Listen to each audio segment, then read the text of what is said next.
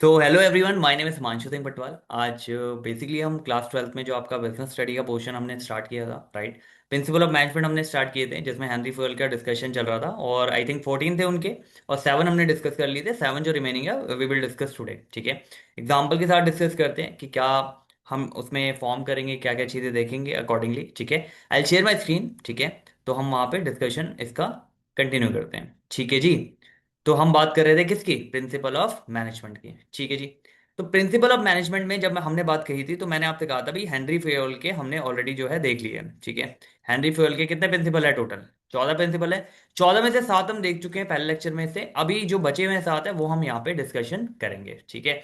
अगर आपको थोड़ा सा याद हो कि वो क्या 7 थे, तो आपको एक रिमेंबर करवा देता हूँ। डिवीजन ऑफ वर्क था आपका, अथॉरिटी एंड रिस्पॉन्सिबिलिटी आ जाती है, डिसिप्लिन आ जाता है, unity of command and direction बहुत आ जाते हैं, ठीक है। सबॉर्डिनेट ऑफ द इंडिविजुअल, मतलब जो भी आपका इंडिविजुअल इंटरेस्ट है उसको कम रखना है, ठीक है।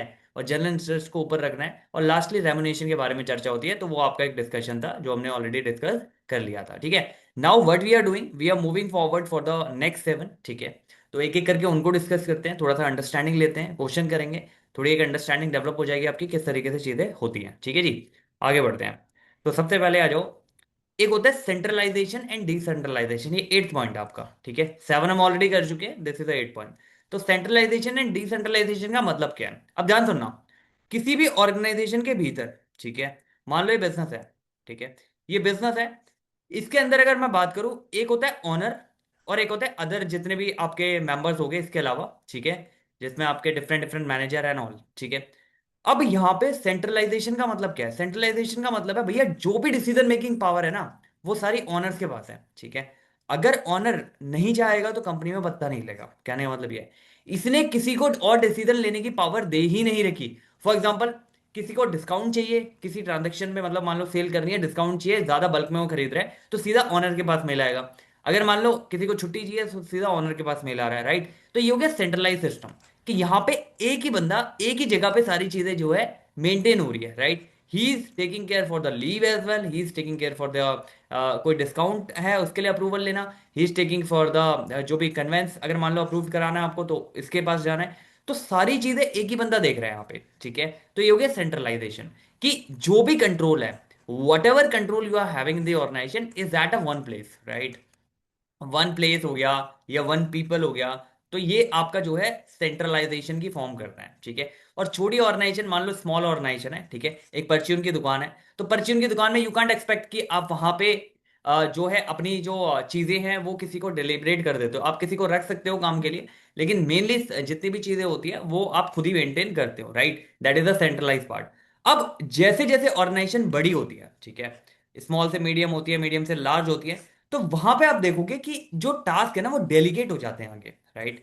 जितने भी टास्क होते हैं, अब जैसे पहले सेंट्रलाइज हो रहा था, अब ये धीरे धीरे बांटना शुरू कर देगा, अलग अलग डिपार्टमेंट बना देगा। इसने परचेज डिपार्टमेंट अलग बना दिया, इसने प्रोडक्शन डिपार्टमेंट अलग बना दिया, इसने फाइनेंस डिपार्टमेंट अलग बना दिया, ठीक है। इसने अपना सेल्स डिपार्टमेंट अलग बना दिया। तो ऐसे ऐसे इसने चीजें जो है डेलीगेट करनी स्टार्ट कर दी, राइट। अब डेलीगेट करनी स्टार्ट करी है तो ऐसा नहीं है यहाँ पे, अब मान लो परचेज कर रहा है ये, ठीक है। जो परचेज मैनेजर है, अगर मान लो वो परचेज कर रहा है, तो परचेज करते हुए भैया कितना, कौन सी L1 मेरे को सिलेक्ट करनी है, वो डिसीजन इसके एंड पे। Are you getting my point? अब ये यहां से सीधा उसके पास नहीं जाएगा, ऑनर के पास पूछने कि भैया इसको करूं ना करूं।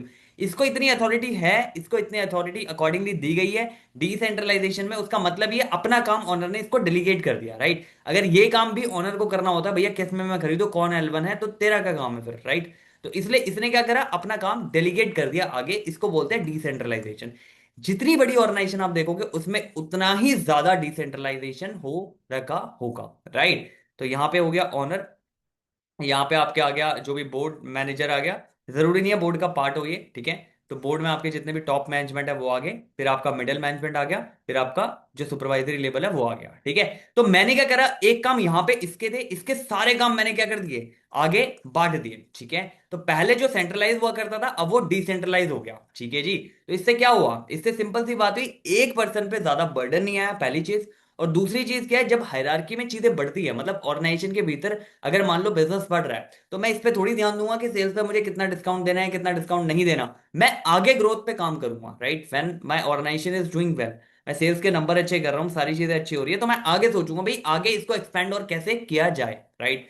तो वो मैं फिनोप्सिस देखूंगा कि भैया ये तरीके हैं, तो मेरा माइंड वहां ज्यादा लगेगा rather than in day to day operation. वो मैंने ऑलरेडी डेलीगेट कर दिए थे थ्रू डिसेंट्रलाइजेशन पार्ट। हाँ, अभी भी मैं कुछ इंपॉर्टेंट चीजें अपने पास रखूंगा, ऐसा नहीं है कि मैंने सब कुछ डेलीगेट कर दिया। मान लो मेरे पास एज अ ऑनर मेरे पास 10 काम थे, ठीक है। 10 में से मैंने 8 डेलीगेट कर दिया, लेकिन 2 काम अभी भी ऐसे हैं। जनरली ये फाइनेंस से रिलेटेड चर्चाएं होती है, ठीक है, जो मोटी रकम की बात होती है, तो वहां पे अभी भी ऑनर की इन्वॉल्वमेंट थोड़ी बहुत यहां पे रहेगी।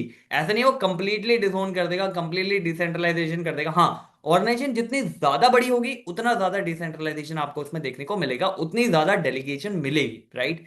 तो यही है इसमें। सेंट्रलाइजेशन जनरली आपको छोटी जो भी ऑर्गेनाइजेशन है, स्मॉल ऑर्गेनाइजेशन है, फर्म्स है, सोल प्रोवाइडर है, उसमें मिलेंगी। डिसेंट्रलाइजेशन मान लो आपको जो भी कंपनीज है आपकी, प्राइवेट लिमिटेड, पब्लिक लिमिटेड, उसमें ज्यादातर आपको डिसेंट्रलाइजेशन मिलती है। लाइव एग्जांपल देखो कि डिसेंट्रलाइजेशन का क्या है। मान लो आप कभी बैंक गए होंगे, right. Whenever you go to the bank, तो आप देखते होंगे वहां पे, ठीक है। बैंक में आप गए, मान लो आप चले गए एसबीआई, ठीक है, या आप किसी भी बैंक में चले गए, किसी भी पीएसयू या वट एवर इट इज। तो यहाँ पे आप क्या करेंगे, एक आपने चेक डिपॉजिट किया, लेट से, ठीक है। वो चेक आपका क्लियर नहीं हो गया, क्लियर नहीं हुआ। तो क्या बोलते हैं यहाँ पे, भैया अगर आप रिसेप्शन पे जाके या कहीं पे जाके बात करते हो, तो बोलता है ये इस वाले डिपार्टमेंट का काम है, आप इधर चले जाओ। क्यों? क्योंकि यहाँ पे ऑलरेडी डिसेंट्रलाइज कर रखा है, भैया ये डिपार्टमेंट है जो चेक क्लियरेंस हो गया, अगर बाउंस हो रहा है, कुछ भी चीजें हो रही है चार्जेस रिलेटेड, वो ये देखेगा। वो कहता है जी मुझे कैश जमा करना है, तो पता है ये कैशियर है, आप यहाँ चले जाओ, ठीक है। वो कहता है जी मुझे मैनेजर से मिलना, तो मैनेजर का अलग के बनूंगा। तो इस तरीके से काम क्या है, डिसेंट्रलाइज कर दिया, हर एक पर्सन अपने काम के लिए रिस्पॉन्सिबल बना दिया, ठीक है। जो हमने पहले देखा था अथॉरिटी एंड रिस्पॉन्सिबिलिटी, तो अथॉरिटी के साथ साथ बंदे को रिस्पॉन्सिबिलिटी भी यहाँ पे डेलीगेट कर दी है, ठीक है जी। ये हो गया आपका सेंट्रलाइजेशन डिसेंट्रलाइजेशन का कॉन्सेप्ट। एक दो एग्जांपल देख लो इसके, then you will get a understanding about it, ठीक है। अब ध्यान सुनना। अ ग्लोबल कॉफी चेन है, ठीक है, स्टारबक्स मान लो। The power to sign the $multi-billion property lease strictly with its CEO, जो उसका ऑनर है जनरली, उसके पास है ये पावर, ठीक है। बट इंडिविजुअल स्टोर बरिस्तास उन्हें बोलते हैं जो वहां पे कॉफी शॉप में टेक केयर करते हैं, तो instantly refund a customer money bad drink. अब इसको कस्टमर ने कोई बैड रिव्यू दिया, तो इसका रिफंड करने के लिए मैं सीईओ से थोड़ी पूछने जाऊंगा। तो ये डेलीगेशन मैंने इसी को दे दी, बरिस्ता जो वहां पे सर्व कर रहा है उस पर्टिकुलर शॉप में, वो अपने एंड पे अपनी अंडरस्टैंडिंग के लेवल पे इसको रिफंड कर देगा। Are you getting my point? तो ये क्या बताता है, what balance in the coffee chain practicing, कौन सा बैलेंस है। Obviously centralization decentralization clearly mention है, तो क्या कह रहा है, total centralization no, an effective balance between centralization and decentralization. ये इफेक्टिव बैलेंस होना बहुत जरूरी होती है if you want to grow as a organization, right. वरना आप इन्हीं day to day operational activity में अगर लगे रहोगे तो ग्रोथ कहां से होगी ऑर्गेनाइजेशन की, ठीक है। If you want to grow your organization, तो उसके लिए आपको डिसेंट्रलाइजेशन बहुत इंपॉर्टेंट रोल प्ले करता है, ठीक है जी। आगे बढ़ो। एक टेक कंपनी है, एक्सपैंड कर दिया 5,000 एम्प्लॉय, ठीक है। मतलब इनके पहले एम्प्लॉय रहा करते थे, मान लो 4,000, 4 से 5 हो गए, या 1,000 रहा करते थे, 1,000 से 5,000 हो रहे हैं। तो फाउंडर ने क्या बोला, स्टिल डिमांड, कि भैया मैं रीड करूंगा, मैं साइन करूंगा every single internal email before it send. कहता है जी जो भी मेल आप इंटरनली शेयर करोगे ना, सबसे पहले मैं उसे अप्रूव करूंगा, तभी वो आगे जाएगी, राइट। इसने क्या बोला, कोई आगे डिसेंट्रलाइजेशन नहीं करी, सीधा बोला ओनर ने कि भैया जितनी भी मेले आगे जाएगी वो मेरे अप्रूवल के बिना नहीं जा सकती, ठीक है। तो entire business slow down due to, obvious ही बात है, अगर हर चीज ऑनर के पास जाएगी अप्रूवल में, तो ऐसा तो नहीं ऑनर जो है रोबोट तो है नहीं, ऑनर को भी टाइम लगेगा उसको अप्रूव करने में, राइट। तो इससे क्या हुआ, क्रॉल, मतलब वो रिंग रिंग के चल रही है ऑर्गेनाइजेशन, ठीक है जी। तो ये क्या बोलते हैं, management mistake in the founder, इस फाउंडर मेकिंग। तो इसने डिसेंट्रलाइजेशन नहीं किया है, इस वजह से दिक्कत आ रही है। एक्सेसिव डिसेंट्रलाइजेशन, भैया है ही नहीं decentralization. So failing to decentralize the routine operational decision as the company grow, right. जैसे कंपनी ग्रो करती है, जितने भी ऑपरेशनल काम है, राइट, जितने भी रेगुलर लेवल के काम है, मतलब जितने भी मोनोटोनस काम है, वो सारे आप डिलीवर कर देते हो, डेलीगेट कर देते हो। हाँ, कुछ एक काम ऐसे होते हैं जिसमें ज्यादा पैसे की इन्वॉल्वमेंट हो जाती है, तो उसमें फिर मेरा इन्वॉल्वमेंट होना जरूरी है, राइट। ये हो गया सेंट्रलाइजेशन डिसेंट्रलाइजेशन, जो हमने 8th पॉइंट देखा। अब एक बात आती है स्केलर चेन। भाई जब भी ऑर्गेनाइजेशन के भीतर मैं बिजनेस कर रहा हूँ, ठीक है, अब इसमें क्या होता है ना, इसमें एक हायरार्की सिस्टम होता है, ठीक है। तो हेनरी फेयर ये कहता है भैया ये हायरार्की सिस्टम नहीं टूटना चाहिए आपका, ठीक है। ये हायरार्की फॉलो होनी चाहिए। फॉर एग्जांपल, आप मान लो कंपनी के भीतर सीईओ है, इसके नीचे कुछ बोर्ड के जितने भी मेंबर या मैनेजर्स हो गए, इसके नीचे अपना एक सुपरवाइजर हो गया, इसके नीचे एम्प्लॉय आ गया, ठीक है। अब यहां पे मुझे बताओ, इस एम्प्लॉय को अगर छुट्टी चाहिए होगी तो ये किसको बोलेगा, अपना जो इमीडिएट सुपरवाइजर है उसको बोलेगा, फिर ये इसको इन्फॉर्म करके, इसको इन्फॉर्म करके, इस तरीके से ये गाड़ी चलती है, राइट। ये डायरेक्टली इसको बताने नहीं जाएगा कि मैं छुट्टी पे हूं। Are you getting my point? तो there is a hierarchy, they need to follow that hierarchy, right? अगर एक चेन बन रही है तो यहाँ पे जो आपका सीईओ बैठ गया, यहाँ पे आपके जो बोर्ड अदर मेंबर है वो बैठ गए, यहाँ पे आपके अदर मैनेजर्स बैठ गए, रीजनल हेड बैठ गए, यहाँ मैनेजर हो गया, यहाँ आप बैठे हो। तो आप जो अप्रूवल लोगे लीव का वो इससे लोगे, बाकी ये आगे बताता रहे उसकी हेडेक है। आप डायरेक्टली वहां नहीं जाओगे, राइट?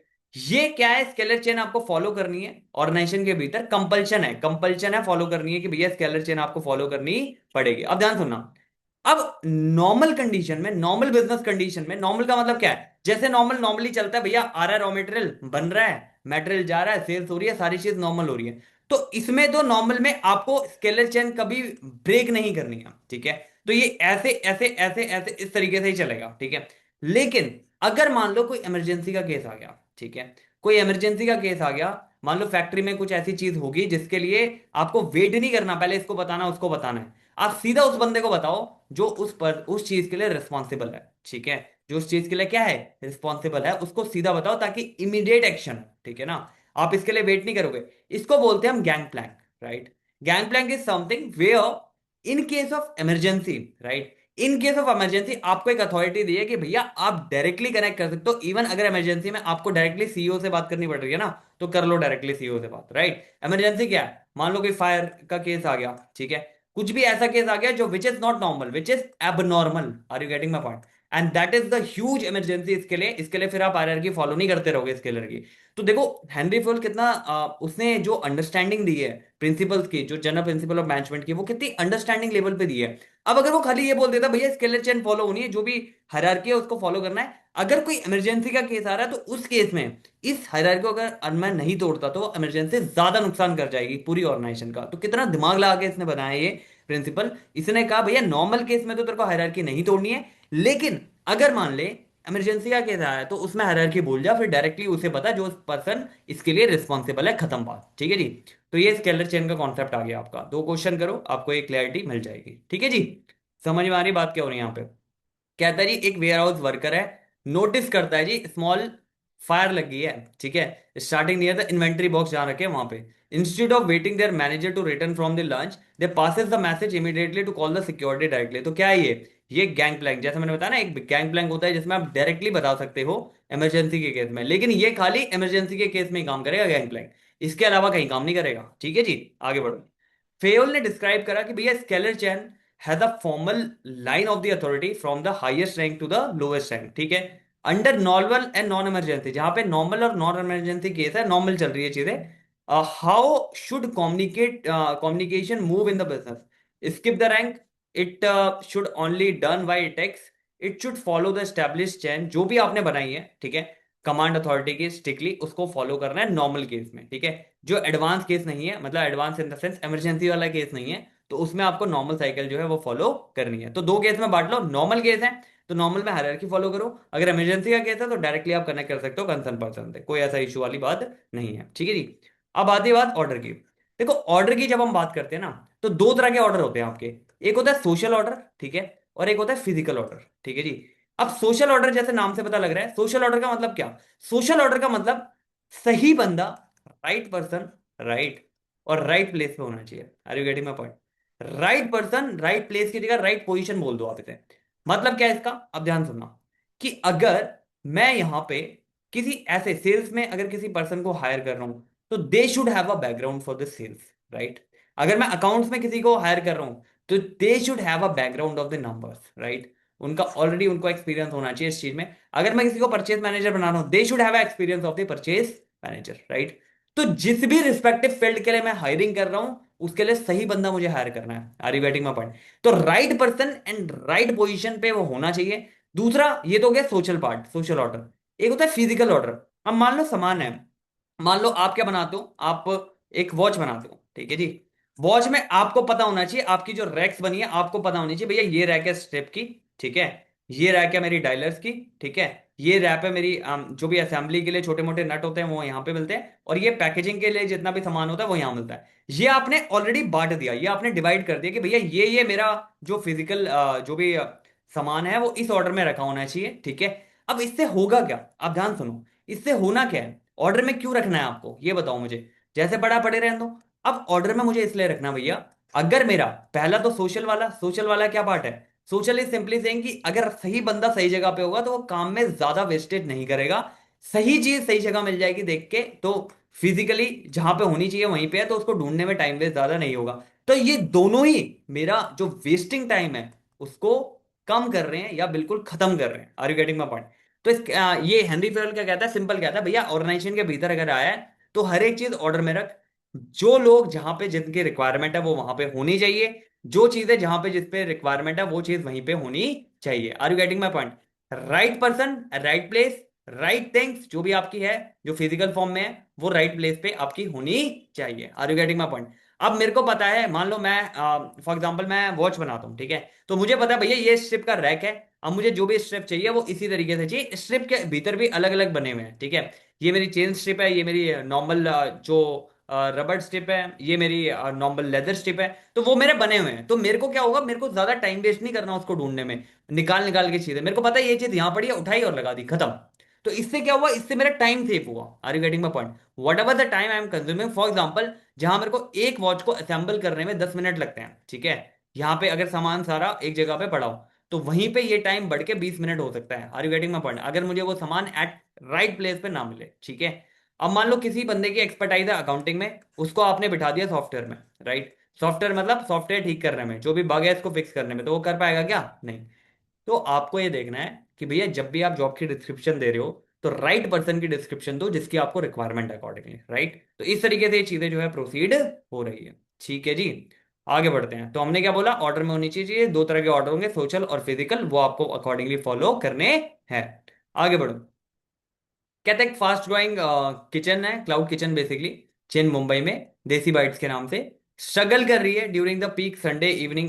काफी ज्यादा ऑर्डर्स आते होंगे इसके बाद, तो डिनर रश हो गया, हेड शेफ हो गया force to stop cooking biryani because the ginger garlic paste is sitting in the cleaning cupboard, serving spoon are lost inside the floor, right. And यहाँ पे जो भी डिलीवरी है, डिलीवरी कंटेनर वो all over the restroom के पास पड़े हुए हैं, राइट। और उसके अलावा जो डिलीवरी एग्जीक्यूटिव है जोमेटो स्विगी के, वो वेट कर रहे हैं आउटसाइड। अब यहाँ पे अंदर पूरी क्लटर्डनेस मची हुई है, राइट, कोई सामान कहीं पे पड़ा ही नहीं हुआ, कोई पर्सन जो उस पर्टिकुलर डेडिकेटेडली उस पर्सन वहां पे होना चाहिए वो पर्सन वहां पे है ही नहीं।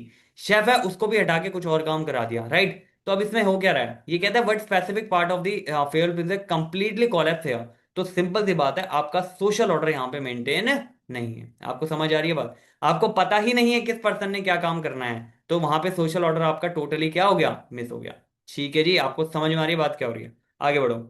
अगला क्वेश्चन कहता है, एक ऑनलाइन रिटेल है, ठीक है, एक ऑनलाइन स्टोर है बेसिकली, ठीक है, ये लूज करता है $1000 because it's warehouse item are thrown in random pipes, right. Random pipe में पड़े हैं वेयर हाउस के जो भी स्टॉक थे, जो भी चीजें थी। अब इसमें इससे क्या हो रहा है, forcing worker to walk around for an hour, मतलब वेयर हाउस के जो आपका पर्टिकुलर, अगर हम बात करें, lose $1000 because warehouse item is thrown randomly in pipes. तो इसकी वजह से क्या हो रहा है, वर्कर को वॉक करना पड़ रहा है around for hour looking for the single order T shirt, right. तो इससे हो क्या रहा है, प्राइमरी ऑब्जेक्टिव जो था स्टोर का, losing by ignoring which principle, high turnover, decentralisation, तो maximum efficiency and zero wasting, searching the tool. अब यहाँ पे क्या है, नॉर्मल पड़े हुए हैं टूल्स, राइट। अब ढूंढने में नॉर्मल सी बात है, वर्कर को टाइम तो लगेगा। तो मैंने क्या बोला था वहां पे, दो तरह के आपके ऑर्डर होते हैं, एक होता है सोशल ऑर्डर, एक होता है फिजिकल ऑर्डर। तो सोशल के साथ साथ जो फिजिकल ऑर्डर है that should be maintain, that should be taking care, जो चीज जहां पे होनी चाहिए वो चीज वहीं पे होनी चाहिए एट द फेस। अगर वो वहां पे नहीं है तो मुझे उसको ढूंढने में या मुझे उसको सर्च करने में टाइम लग रहा है, जिसकी वजह से मेरा वेस्टेज वहां पे हो रहा है, जैसे कि आपने एग्जांपल में देखा, ठीक है जी। तो अभी तक हमने ऑर्डर में होनी चाहिए चीजें ये देखा है, स्केलर चेन मतलब हायरार्की फॉलो होनी चाहिए, सेंट्रलाइजेशन डिसेंट्रलाइजेशन का कॉन्सेप्ट देखा है, ठीक है। तो हमने तीन कॉन्सेप्ट करे हैं इसमें। अब एक आता है इक्विटी, राइट। इक्विटी का मतलब क्या होता है भैया, ये वो इक्विटी नहीं है जो कंपनी के भीतर मिलती है। Equity is more of equality. Equality से आप इसे दर्शाते हो, इक्वालिटी का मतलब क्या है, देखो क्या होता है कि मान लो दो एम्प्लॉय हैं, ठीक है, ऑर्गेनाइजेशन के भीतर दो एम्प्लॉय हैं, ठीक है। एक एम्प्लॉय जो है वो ऑनर का सगा है, ठीक है, ऑनर का रिश्तेदार है। और एक एम्प्लॉय जो है वो आउटसाइडर है, मतलब आउटसाइडर है दिन कि वो कोई रिलेटिव रिलेटिव नहीं है। दोनों क्या करते हैं, अगर मैं दोनों की बात करूं, ठीक है, दोनों जो वर्कर हैं वो हार्ड वर्क अपना कर रहे हैं पर्टिकुलरली, जैसे भी है। जो अपना काम है वो कर रहे हैं, जितनी शिफ्ट टाइम है वो दे रहे हैं, और जितना उनको पे है अकॉर्डिंगली ऑलमोस्ट सेम है, ठीक है। तो अगर ऐसा हो रहा है ऑर्गेनाइजेशन में, तो हम कहेंगे ऑर्गेनाइजेशन जो है इक्विटी फॉलो हो रही है, ऑर्गेनाइजेशन के भीतर एक इक्वालिटी है। लेकिन अगर आप ऐसा कर दो, अगर आप यहां पे बाइफर्केशन कर दो, आप ये कहो कि जी जो ऑनर है, जो ऑनर का रिलेटिव है, राइट, उसको तो मैं प्रेफरेंस दूंगा, वो लेट आ रहा है, जल्दी जा रहा है, ठीक है, ऑफिस से, ठीक है, ऑफिस आवर कम कर रहा है, और ये जो बंदा अलग से है, सेम पोजीशन पे है, ये अपना पूरा काम करके जा रहा है, ठीक है, इसका पे आप हाई दे रहे हो बहुत ज्यादा, ठीक है, इसके कंपैरेटिवली में 2x दे रहे हो, इसको ओनली x दे रहे हो, इसको लॉन्ग आवर्स भी करा रहे हो, वीकेंड पे भी काम करा रहे हो, इसका वीकेंड तो है ही, लेकिन ये नॉर्मल डेज में भी नहीं आता। तो अगर इस तरह की पार्शियलिटी करी जाएगी, तो उस ऑर्गेनाइजेशन के भीतर इक्वालिटी नहीं है। तो उससे ये एम्प्लॉय तो सोचेगा ना, जो आउटसाइडर है, भैया ये तो सगा है, इसलिए इसको इतनी चीजें दी जा रही है या इतनी फैसिलिटी दी जा रही है, मुझे वो चीज नहीं मिल रही, तो ये कहीं ना कहीं डिमोटिवेट होगा, बेशक ये बता ना सके, लेकिन he will be demotivated, right, toward his work. अगर ये डिमोटिवेटेड रहेगा, तो आपको पता है कि ऑर्गेनाइजेशन के भीतर जो काम कौन करते हैं, भैया एम्प्लॉय करते हैं। अगर वो ही आपस में डिमोटिवेट रहेंगे, तो कैसे काम होगा, ठीक है। तो that should be motivated, right, ये मोटिवेटेड होने चाहिए। मोटिवेटेड होने का मतलब क्या है भैया, मोटिवेशन कैसे आता है आप ये बताओ। मोटिवेशन तब आएगा आपको, जब आपको उस काम को करने की, पर्टिकुलर काम को करने की एक, आपको पता है कि भैया अगर मैं मेहनत कर रहा हूं, मैं हार्डवर्क कर रहा हूं, तो मुझे पता है कि चाहे ओनर का सगा ही क्यों ना हो, अगर मैं काम कर रहा हूं, मैं मेहनत कर रहा हूं, तो मुझे वो पोजीशन बिल्कुल मिलेगी, right. Who is deserving, basically यहाँ पे क्या है, यहाँ पे नेपोटिज्म नहीं चलाना आपको, ठीक है, नेपोटिज्म नहीं चलाना आपको। क्या करना है यहाँ पे, वो करना है कि भैया जो डिजर्विंग है उसको वो चीज दो, खत्म, ठीक है जी। तो बस ये कहानी यहाँ पे हो रही है।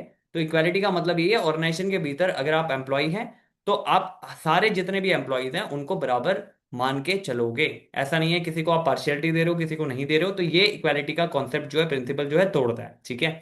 अब ऐसा नहीं है कोई आपका फेवरेट है तो उसको तो आप हाइक अच्छा दे रहे हो, और दूसरा काम अच्छा करता है, आपका फेवरेट नहीं है, या जो भी रीजन है, whatever may be the reason, आप उसको हाइक नहीं दे रहे, तो ऐसा नहीं होना चाहिए। तो इससे क्या होगा, डिमोटिवेशन क्रिएट होता है टीम के भीतर ही, ठीक है।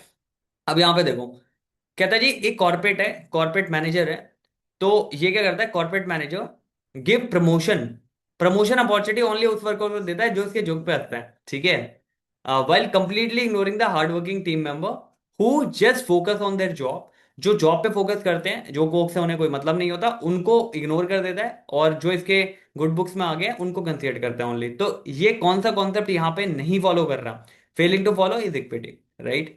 तो इक्विटी होनी चाहिए भैया, इक्वालिटी होनी चाहिए आपको, इक्वालिटी अगर नहीं है तो फिर दिक्कत है।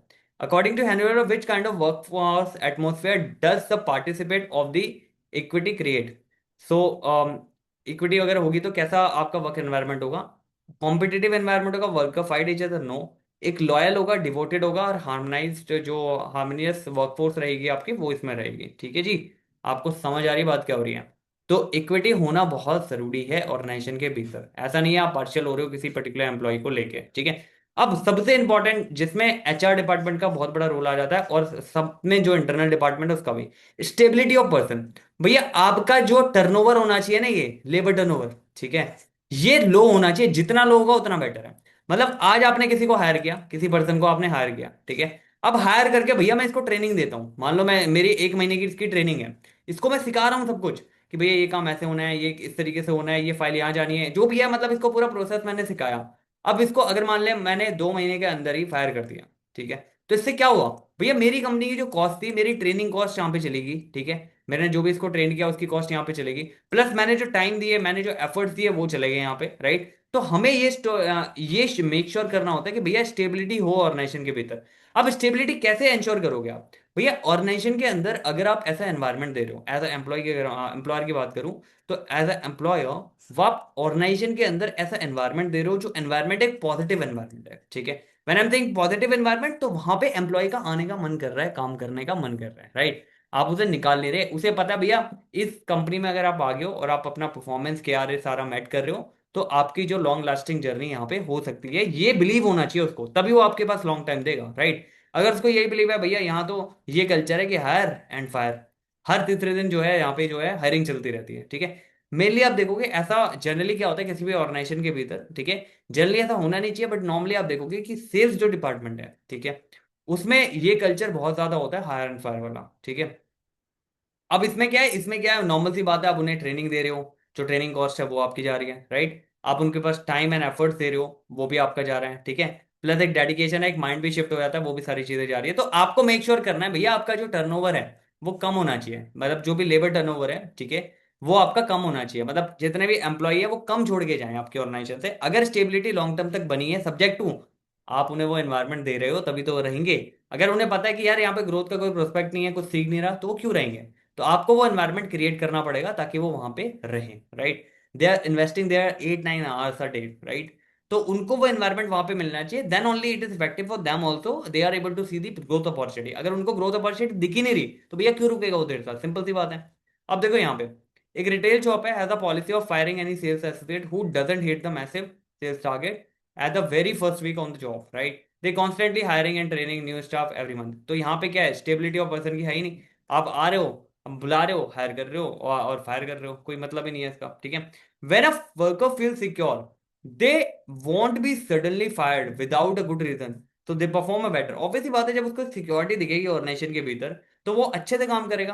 तो यहाँ पे क्या होता है, what is the major financial downfall having the low stability? अगर लो स्टेबिलिटी है ऑर्गेनाइजेशन के भीतर तो क्या मेजर फाइनेंशियल डाउनसाइड आपको देखने को मिल सकती है? टैक्स रेट बढ़ जाएंगे क्या? नहीं। High recruiting, selecting and training cost of the company. Obviously बात है यार, आप आज हायर कर रहे हो कल फायर कर रहे हो, तो इसमें रिक्रूटिंग की एक कॉस्ट लगती है, राइट। आप एजेंट्स जो होते हैं उन्हें, जो भी कंसल्टेंसी होती है उन्हें पैसे देते हो, तब जाके आप एक अच्छा एम्प्लॉय जो है हायर करते हो, सिलेक्ट करते हो अकॉर्डिंगली, जैसे मैंने बोला था, right person at right time, right order. तो यहाँ पे द पॉइंट इज दैट कि यहाँ पे यही चीज हो रही है कि एक स्टेबिलिटी आपको बना के रखनी है कंपनी के भीतर, ठीक है। एक ऐसा एनवायरनमेंट क्रिएट करना है एम्प्लॉयज को कि भैया एम्प्लॉय टिके आपके ऑर्गेनाइजेशन में, ऐसा ना हो एम्प्लॉय टिके नहीं रहा आपके ऑर्गेनाइजेशन में, ठीक है जी। अगला पार्ट है इनिशिएटिव। तो फेयरली कहता है कि भैया आप जो भी एम्प्लॉय आ रहे हैं ना आपके पास, ठीक है, जो भी एम्प्लॉय आ रहे हैं अपना टाइम इन्वेस्ट कर रहे हैं, तो आप अगर मान लो एम्प्लॉय की तरफ से, अगर मान लो एम्प्लॉय की तरफ से कुछ ऐसा इनिशिएटिव आता है, इनिशिएटिव का मतलब क्या हुआ? इनिशिएटिव का मतलब ये हुआ कि उसने कुछ आइडिया दिया कि भैया जो आप इस तरीके से कर रहे हो, इसको हम इस तरीके से अगर स्लाइटली चेंज करेंगे तो हमारा इतना ग्रोथ हो जाएगा। अब यहाँ पे मैनेजर बैठा हुआ ऊपर, वो कह रहा भैया तू कल का आया, तू मुझे बताएगा कि कैसे काम होता है। तो अगर ऐसे चलेगा ऑर्गेनाइजेशन के भीतर, इनिशिएटिव का कोई कल्चर ही नहीं है, तो जो इवन गुड एम्प्लॉयज होंगे, जो इनिशिएटिव देना चाहते हैं, जो अपने आइडियाज रखना चाहते हैं जिसकी वजह से ग्रो हो सकता है, वो भी नहीं देंगे। तो आपको एनवायरनमेंट का कल्चर ऐसा बनाना है ताकि you should take a feedback, right. आप यहां पे क्या करोगे इनिशिएटिव में, आपको फीडबैक लेने हैं, ठीक है। आप फीडबैक जब लोगे तो आपको एक अंडरस्टैंडिंग होगी कि भाई हाँ भैया इसमें किस तरीके से चीजें वर्क हो रही है, ठीक है। अब जैसे फॉर एग्जांपल आप कोई ऑर्गेनाइजेशन में कोई प्रोडक्ट लॉन्च करने की कोशिश कर रहे हो या करने का ट्राई कर रहे हो, तो आप पहले इंटरनल एक सर्वे करो कि भैया अगर ये प्रोडक्ट हम निकाल रहे हैं तो क्या आप खरीदोगे इंटरनली, राइट। आपने वो सर्वे निकाल लिया अकॉर्डिंगली। अब यहां पे इन्होंने खरीदना और ना खरीदना इनका डिसीजन, लेकिन इन्होंने अब यहां पे you are open for the feedback, right. आप यहां पे ओपन हो फीडबैक के लिए। आपने बोला अगर इस प्रोडक्ट में या इस सर्विसेज में कुछ अगर चेंजेस करने हैं या whatever the changes required for the same, अगर वो चेंजेस मैं कर पा रहा हूं, right, if I am able to do the changes by taking the initiative from the, मान लो कोई है फ्रेशर था, ठीक है। अब फ्रेशर आया और फ्रेशर ने क्या बोला, फ्रेशर ने सिंपल ये बोला कि भैया मुझे जो है, आप ये जो चीज है ये ठीक नहीं लग रही यहाँ पे, ठीक है, ये आप चेंज कर दो। अब जब वो चीज मैं चेंज कर रहा हूँ तो उसके लिए क्या करूंगा, उसके लिए सिंपल सी बात है भैया, वो चेंज चेंज अगर मैं कर रहा हूँ, उसकी बात सुन रहा हूँ, अगर मुझे ठीक लग रही है, मैं कॉस्ट बेनिफिट एनालिसिस निकाल रहा हूँ, अगर मैं कॉस्ट बेनिफिट एनालिसिस मेरे अकॉर्डिंगली हो रहे हैं तो मैं से इंप्लीमेंट कर रहा हूँ, तो इससे क्या होगा, इनिशिएटिव कल्चर है, ठीक है। तो दिल नो अगर हम कुछ बात कह रहे हैं तो उसको कंसीडर करा जा रहा है, तो दे are more keen to share, right, keen to share new ideas, new things, accordingly कैसे हम चीजों को इंप्रूव करें। बेसिकली ओवरऑल ऑर्गेनाइजेशन के भीतर सारे जो काम कर रहे हैं वो ऑर्गेनाइजेशन की ग्रोथ के लिए कर रहे हैं, ठीक है जी। अगर आप इनिशिएटिव का कल्चर एक ओपन कर दोगे तो हो सकता है आपको कुछ एक ऐसा आइडिया मिल जाए जो आपने अभी सोचा ही नहीं था, राइट, या सोचा भी था तो there is something which is out of the box, right.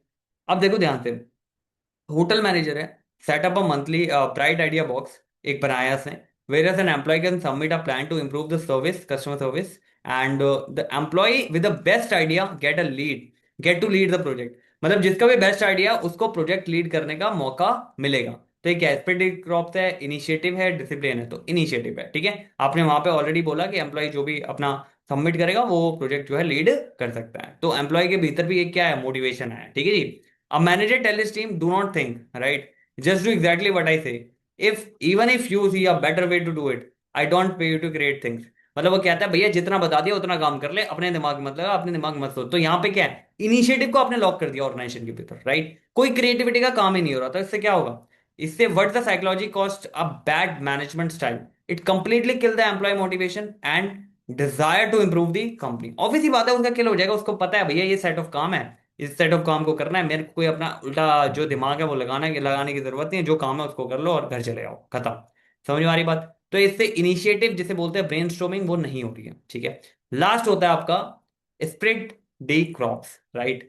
तो स्प्रिट में आपको एक चीज दिख रही होगी भैया, टीम स्पिरिट होनी चाहिए, ठीक है।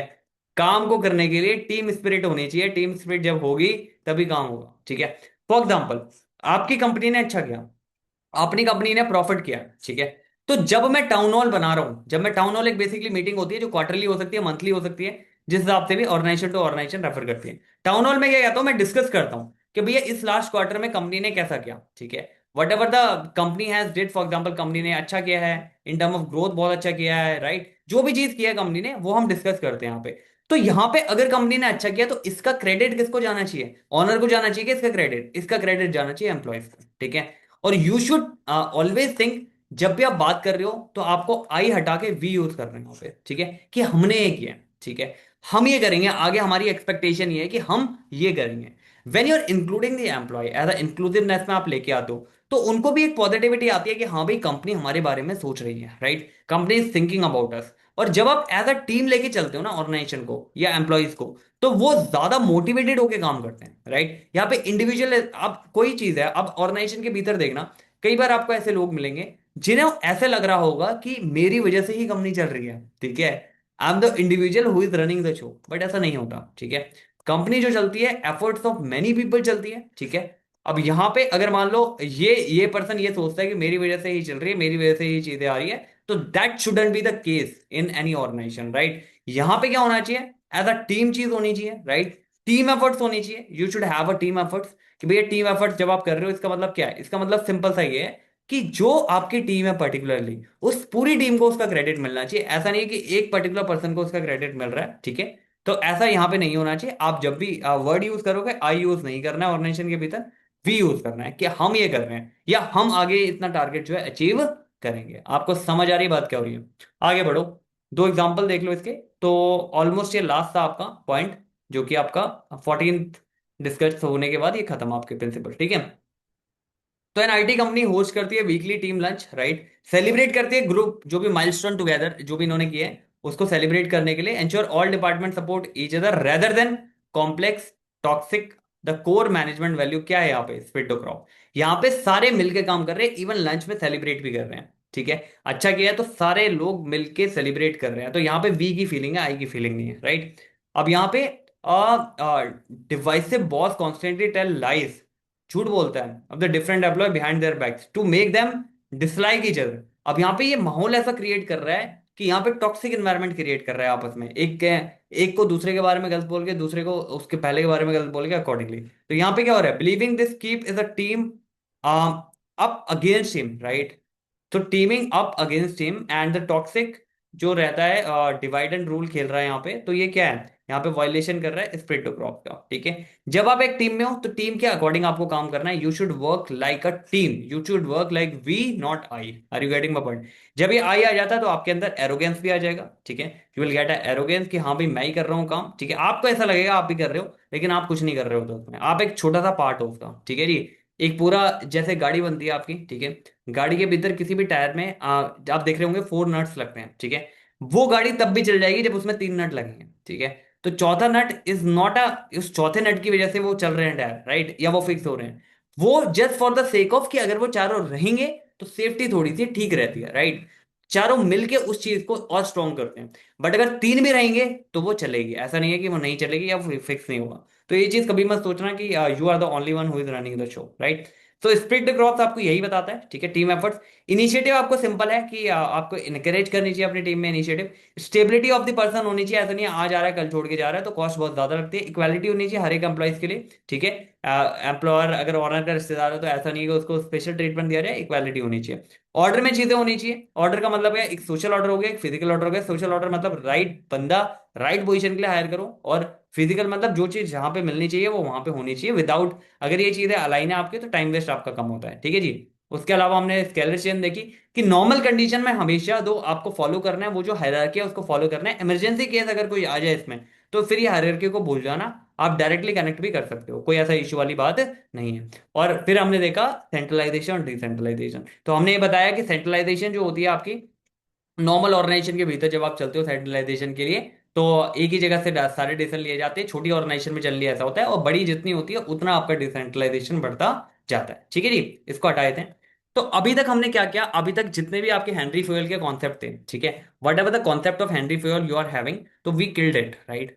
14 के 14 प्रिंसिपल आपके जो जनरल प्रिंसिपल का फादर कहा जाता है इसको, तो इसके जो 14 प्रिंसिपल थे वो हमने डिस्कस कर लिए, विद एग्जाम्पल डिस्कस कर लिए, केस स्टडी लगाओ इसके ऊपर, ठीक है। कोई डाउट आता है, कोई कंसर्न आता है, I am more than happy to answer those concern, right. Just comment, right, comment करो, या आप मेल भी कर सकते हो अकॉर्डिंगली, ठीक है। Go through it. इसमें प्रिंसिपल ऑफ जो मैनेजमेंट है इसमें थोड़ा सा आगे बढ़ेंगे आप, ठीक है। एफ डब्ल्यू टेलर की भी काफी सारी चर्चा करनी है, जो साइंटिफिक मैनेजमेंट के ऊपर वो जो है उसका फादर बन के बैठा हुआ है, तो उसके ऊपर भी चर्चा करनी है, ठीक है। Till then just thank you for watching, and just be cool and be calm, right. जल्द मिलेंगे हम नेक्स्ट लेक्चर में, and just take care till then, take care.